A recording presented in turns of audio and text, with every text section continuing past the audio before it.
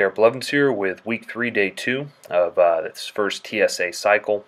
This was a 8 sets of 3 on squat and bench, followed by 3 sets of 8 on stiff leg deadlift, then 3 sets of 6 on Spoto presses, followed by chest supported rows and hammer curls.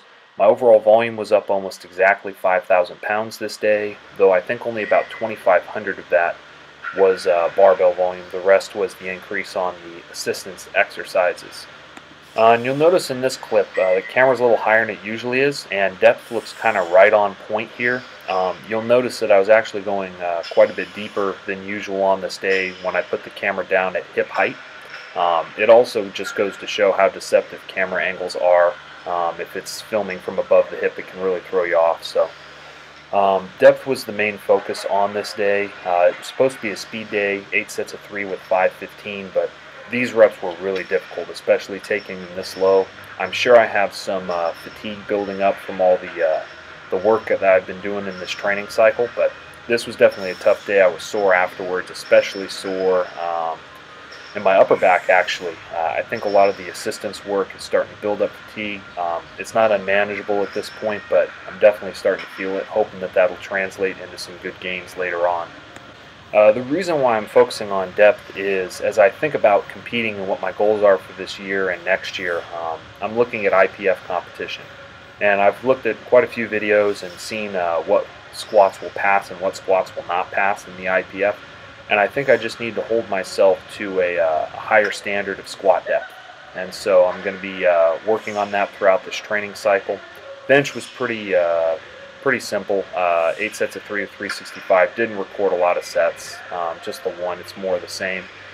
Stiff leg deadlifts, I did a little bit heavier weight throughout my sets this week. However, last week I had one set that I ended up doing more.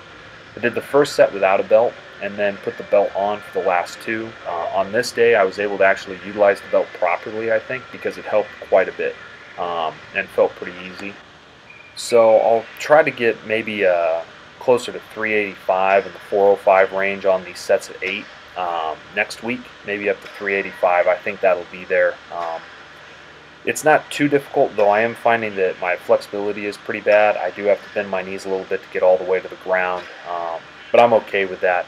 These Romanian deadlifts, I don't mind a little bit of knee bend. It's still working my posterior chain really well.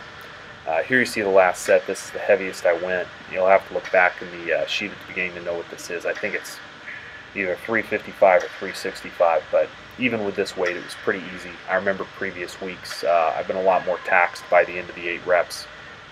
So I'll be up in this in the following week.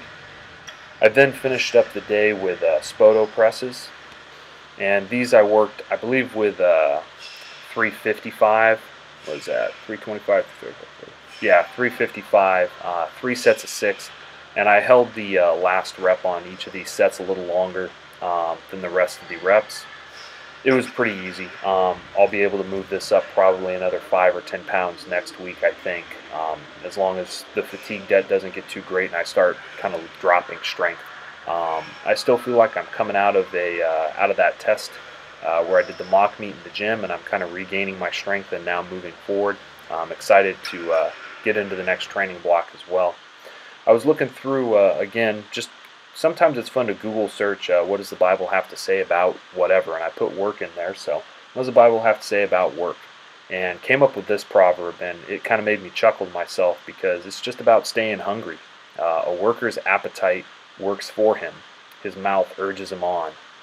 And in the context, it's if you want to eat, you better be farming your land, you better be working hard. But in the context of lifting, this is just, hey, are you hungry? My good friend Josh Matos, he's always talking about, stay hungry. And this is what it's about. What are you hungry for? Do you have goals? Do you have aspirations? Do you have things that you're going after? And, I do. I have things that I'm looking forward to, and it keeps me energized. It keeps me moving forward. And that's very important as you're on this journey and you're in the grind, to have something to look forward to have something that you're pressing forward for, whatever that is. It might be just 5 pounds on the deadlift. It might just be, get out to class 1 novice. Whatever it is, strain after those goals, because those are going to keep you moving forward. Those are going to keep you hungry for more and it's going to make you work harder. In any case, I hope wherever you're at, you're doing well. Blessings.